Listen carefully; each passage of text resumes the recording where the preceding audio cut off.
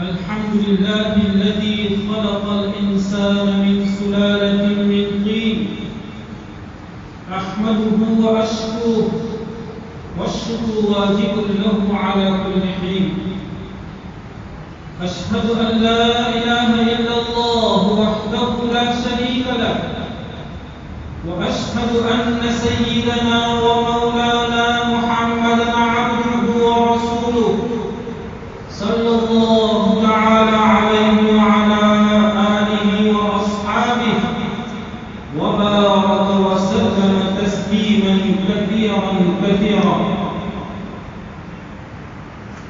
أما بعد، يا معشر المسلمين، قد ذكر الحافظ ابن حجر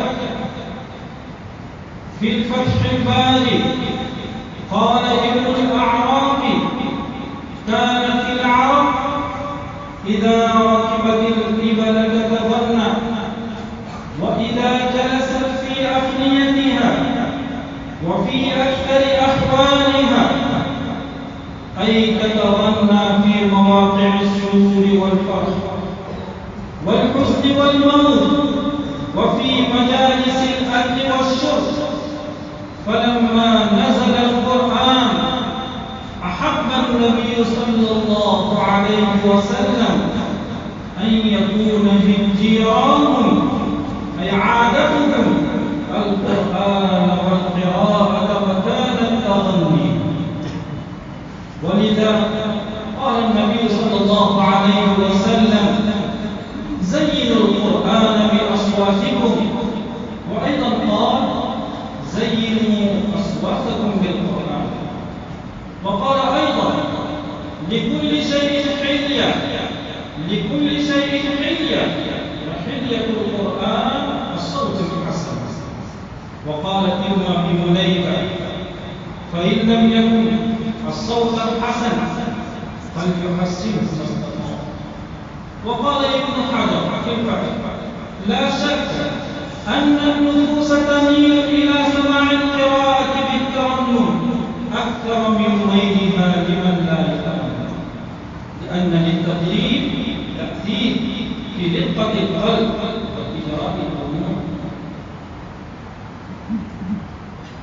وقال الحافظ والإمام النووي رحمهم الله: أجمع العلماء على استحباب تحسين الصوت بالقرآن ما لم يخرج عن حد القراءة بالتنقيط.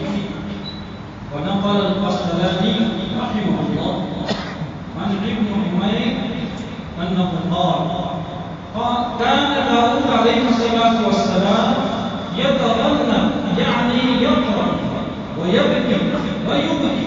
ونقل أيضا عن ابن عباس رضي الله تعالى عنهما أن داود عليه الصلاة والسلام كان يقرأ الزبور ب70 لحنا، كان يقرأ الزبور ب70 لحنا، ويقرأ قراءة يقرأ منه المأمون.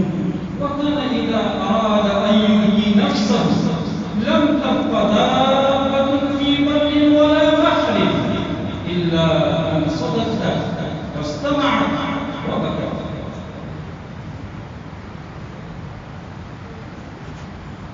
وعن فضالة بن عبيد رضي الله تعالى عنه أن رسول الله صلى الله عليه وسلم قال: الله أشد أذنا، الله أشد أذنا للرجل الحسن الصوت بالقرآن من صاحب القينة إلى قينته. وكان أبو موسى رضي الله تعالى عنه يصلي في مسجد رسول الله صلى الله عليه وسلم ويرفع صوته وهو يقرأ القرآن، فقال علي بن أبي طالب رضي الله تعالى عنه لعمر بن الخطاب: ألا تنهي هذا عن أن يغني بالقرآن في مسجد رسول الله صلى الله عليه وسلم؟ فأمهل عمر حتى إذا كان الليل خرج واستمع فلما سمع قراءته رقلها حتى بكى ثم انصرف. فلما أصبح واجتمع له أصحابه قال لهم: من استطاع منكم أن يغني غناء أبي موسى فليفعل. من استطاع منكم أن يغني غناء أبي موسى فليفعل. وكان أبو موسى الأشعري رضي الله تعالى عنه من أطيب الناس صوتا بالقرآن. وكان عمر الفاروق رضي الله تعالى عنه يقول له: ذكرنا ربنا يا أبا موسى، ذكرنا ربنا يا أبا موسى، فيقرأ أبو موسى. وكان عمر يبكي. وقد كان النبي صلى الله عليه وسلم عندما سمع قراءته قال له: لقد أوتيت مزمارا من مزامير آل داود. وعندما سمعت عائشة رضي الله تعالى عنها قراءة رجل في مسجد رسول الله صلى الله عليه وسلم قالت: يا رسول الله، إن في المسجد رجلا ما رأيت أحدا أحسن قراءة منه. فذهب النبي صلى الله عليه وسلم إذا هو سالم مولى أبي حذيفة، فقال رسول الله صلى الله عليه وسلم: الحمد لله الذي جعل في أمتي مثل هذا. الحمد لله الذي جعل في أمتي مثل هذا. نسأل الله التوفيق. أعوذ بالله من الشيطان الرجيم. بسم الله الرحمن الرحيم. ولقد آتينا داود منا فضلا. بارك الله لنا ولكم في القرآن العظيم، ونفعنا وإياكم بالآيات والذكر الحكيم. إنه تعالى جواد كريم ملك بر رؤوف رحيم.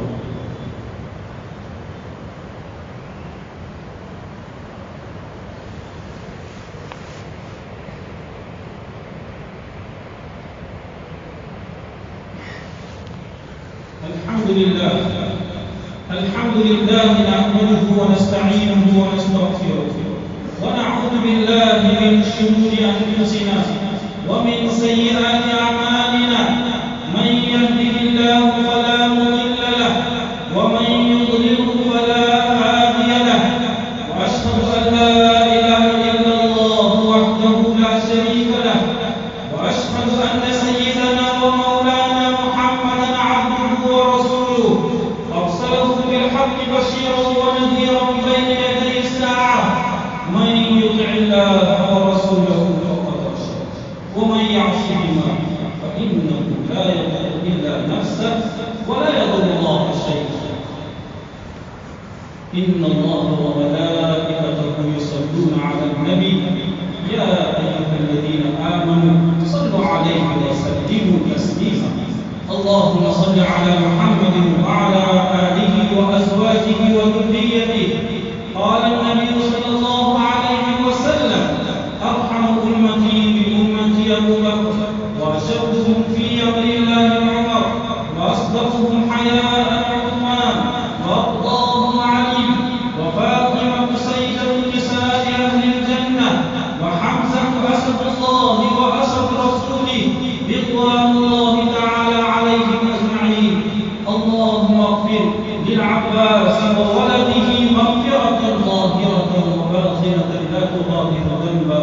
الله في أصحابي لا تتخذوهم غرضا من بعدي، فمن أحبهم فبحبي أحبهم، ومن أبغضهم فببغضي أبغضهم.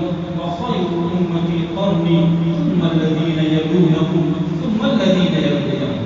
اللهم انصر من نصر دين محمد صلى الله عليه وسلم واجعلنا منهم، واخذل من خذل دين محمد صلى الله عليه وسلم ولا تجعلنا منهم.